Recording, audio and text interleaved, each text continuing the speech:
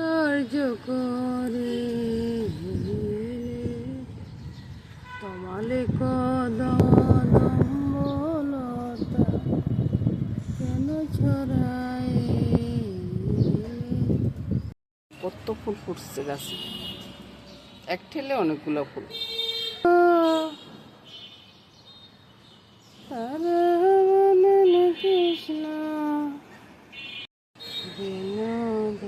ফুল তুলে নিয়ে আসলাম ঠাকুর করে, তারপরে যাব এবার মামনি কি কি করলো সেটা দেখবো।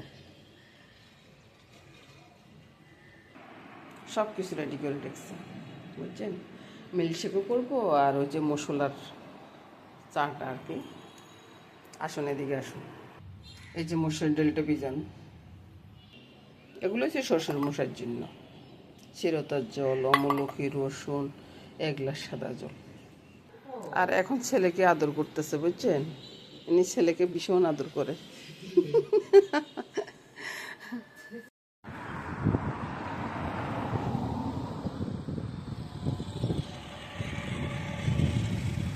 কত সুন্দর পরিবেশ আর কত বড় বড় বিল্ডিং, মনে হয় না যে একটা গ্রামের রাস্তা। ওই যে দেখুন আপনাদের মেশামশা বসে আছে,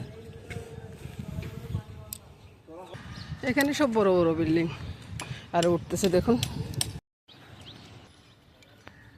কিছুক্ষণের জন্য রেস্ট করা বুঝছেন, হেঁটে আসছি তো, হেঁটে এসে কিছুক্ষণ এখানে বসে থাকা। সুন্দর পরিবেশ, একবারে কোনো গঞ্জনা নাই, খুব ভালো লাগে এখানে বসে থাকতে। ওই জন্যে এখানে হাঁটতে আসা, হেঁটে এসে একটু বসে থাকা। তারপরে বাসায় যাব, চা খাবো। আজকে চা খাওয়াটা বাসায় গিয়ে বসবো না তো, চা খেয়ে রান্না করতে চলে যাব। সকালবেলা জল খাবারটা করবো তো ওই জন্য। ওই যে কথা হচ্ছে কি, হেঁটে আসলাম তো, হেঁটে এসে চা খেলাম, চা খেয়ে এখন সকালবেলা জল খাবারটা রেডি করতেছি। আর মনে করছি যে রুটির থেকে স্যান্ডউইচের পরিশ্রমটা কম হবে, ওই জন্য স্যান্ডউইচ করতেছি। আর স্যান্ডউইচ করতে রে ভাই একবারে এমন ঝামেলা করলাম। এবারে দেখুন স্যান্ডউইচ করতে কত কিছু রেডি করতে হয়। ম্যায়োনিজটা করলাম ঘরে, ডিমটা সিদ্ধ করে গ্রেট করে রাখলাম, চিকেনটা রেডি করে রাখলাম। এখন পাউরুটিটা কিন্তু আমি ঘরে বানাই নেই বন্ধুরা, এটা বাজার থেকে কিনে নিয়ে আসছে। আর বাকিটা ঘরের তৈরি। আর এবার পাউরুটিটাকে বাটার দিয়ে একটু সেঁকে নিব, তারপরে সে স্যান্ডউইচ বানানো। তো এই তো গেল সকালবেলা। এবার বুঝুন ঠেলাটা। তো মনে করলাম যে রুটি বানাবো না, আজকে শর্টকাটে একবারে স্যান্ডউইচ করে ফেলবো। আর স্যান্ডউইচটা রেডি করলাম, কত কিছু রেডি করতে হয়েছে বলুন। আর রুটি করলে হয়তো দেখা যেত যে রুটিটা করলাম, একটা ভাজি বা একটা ডালনা কিছু একটা করে নিতাম আর কি, তাহলে রুটিটা হয়ে যেত। এবার বলুন তো কোনটাতে পরিশ্রম বেশি, কোনটাতে কম আছে? কোনো কিছুতে পরিশ্রম কম নাই বন্ধুরা। যারা বলেন যে আমরা বসে বসে খাই, তারা কিন্তু ভুল বলেন বন্ধুরা। তাওয়াটা বসিয়ে দিলাম, তাওয়াতে বন্ধুরা ওই যে বাটারটা এভাবে করে আমি তো গেল তারপরে আপনি যত বেশি করেন তত বেশি দেন না ভাই, একসাথে শাক হয়ে যাবে। হ্যাঁ বলো, বাটার দিচ্ছি তো স্যান্ডউইচ শেকবার লাগা। 2টা শেকা হয়ে গেছে, আবার একটু বাটার। দেখলাম তো কি অবস্থা বলুন তো। এই কোথায় যাচ্ছে দেখেন তো কি অবস্থা হয়। এরকম হলে কি চলে বলুন আপনারা? এখন যদি আমি বাটারের ভিতরে সবকিছু দিয়ে দিই, বাটারটা সবকিছু টানে নিব না। এখানে বন্ধুরা আদা, জিরা, ধনিয়া এগুলো বেটে নিচ্ছি। আজকে কি রান্না হবে? বোয়াল মাছ রান্না হবে, ওই জন্যে। বন্ধুরা মশলাটা তো বেটে নিয়ে আসছি, এবার রান্নাটা একবার দেখে নিন। রান্নাটা কি রান্না করব, মাছ এখনো কাটা হয় নাই বন্ধুরা, কিছু মনে করবেন না। মাছটা আমি পরে কাটবো, আগে সবজিগুলো আমি তেলে দিয়ে দিব, তারপরে মাছ কাটতে যাব। আর সবজি কিভাবে দিব, কিভাবে কষাবো সেটাই দেখাচ্ছি বন্ধুরা। পুরো রান্নাটা দেখবেন, লাইক কমেন্টস করবেন বন্ধুরা, তাইলে না সে আমার ভালো লাগবে বন্ধুরা। লাইক কমেন্টস না করলে কি ভালো লাগে? এখানে অনেক রকমের তরকারি আছে, যেমন মূলা, কপি, তারপরে সিম, গাজর, আলু সবই আছে। তো এদিকে ফিরে যান বন্ধুরা। পরে এতে তেলটা দিয়ে দিলাম, কালো জিরে আর তেজপাতাটা দিয়ে দিচ্ছি। কালো জিরে ভালো করে ফুটতে হবে বন্ধুরা। কালো জিরে কিন্তু যদি কম ফুটে না, কাঁচা একটা গন্ধ লাগে বুঝছেন। আপনারা ঠিক এভাবে করবেন। তো এবার আমি আলুগুলো ছেড়ে দিই।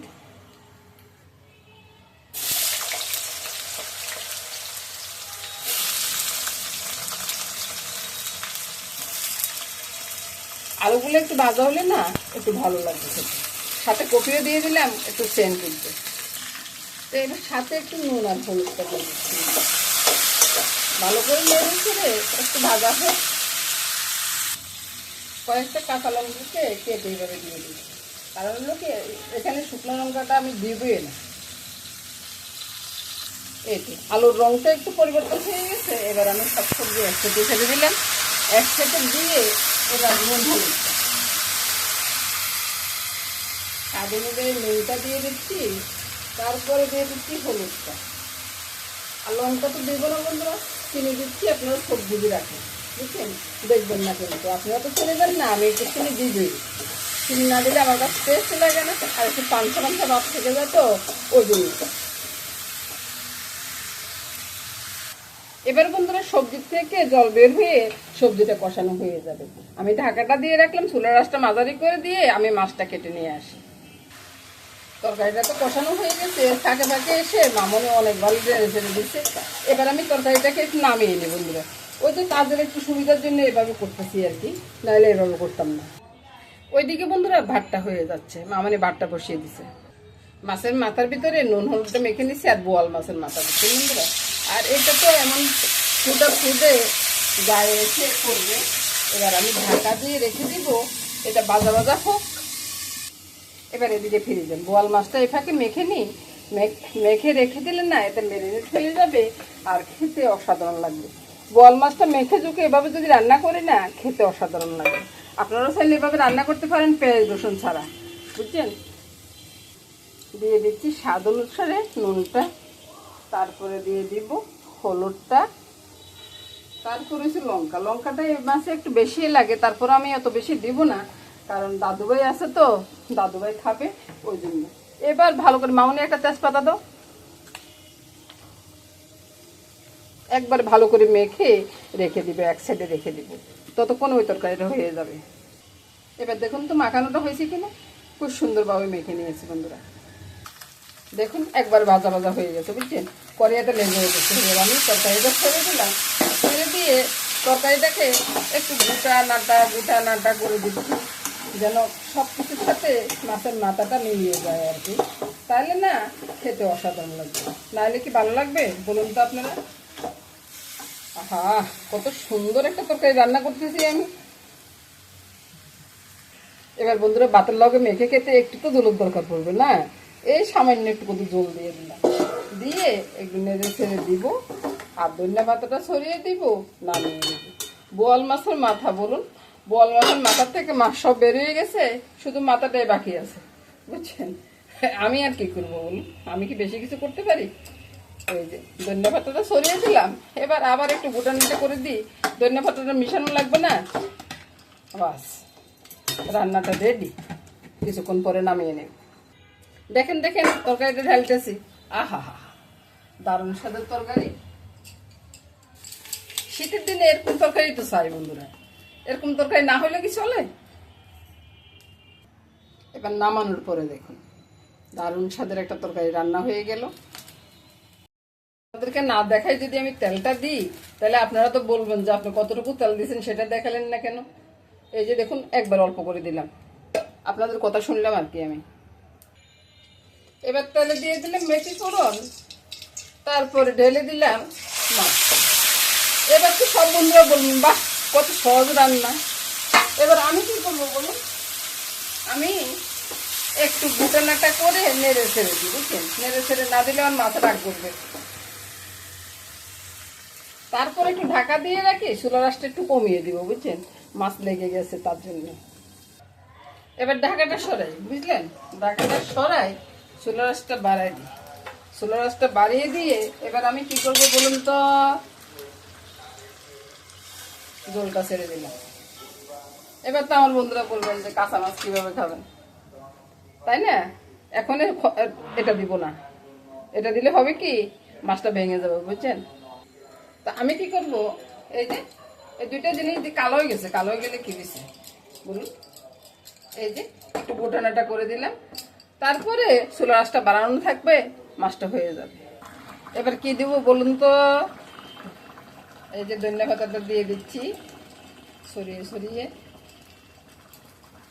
তারপরে চুলার আঁচটা কমিয়ে দিব, বুঝছেন? কমিয়ে দিয়ে আমি ঢাকা দিয়ে কিছুক্ষণ রাখবো, তারপরে নামাবো। এবার নামিয়ে নিচ্ছি রান্নাটা, বুঝছেন? এবার দেখুন তো বন্ধুরা, এরকম একটা বোয়াল মাছ আর কিছু লাগবে? বাহ, এবার কাছে নিয়ে এসে দেখাচ্ছি, দেখুন তো, দারুণ স্বাদের মাছ। বোয়াল মাছ তো আমার শীতের দিনে খুবই পছন্দ, আমার ছেলেও খুব পছন্দ করে। আর এর সাথে সাথে আমার সব রান্না শেষ হয়ে গেছে বন্ধুরা। এদিকে বোয়াল মাছটা আছে, এদিকে ডাইল আছে, আর ওইদিকে ওই সবজিটা, দারুণ স্বাদের একটা সবজি। সব নিয়ে রান্নাটা শেষ করলাম বন্ধুরা। সবাই ভালো থাকুন, সুস্থ থাকুন, সুন্দর থাকুন, এই কামনা করে আজকের মতো এখানে বিদায় নেব। নমস্কার।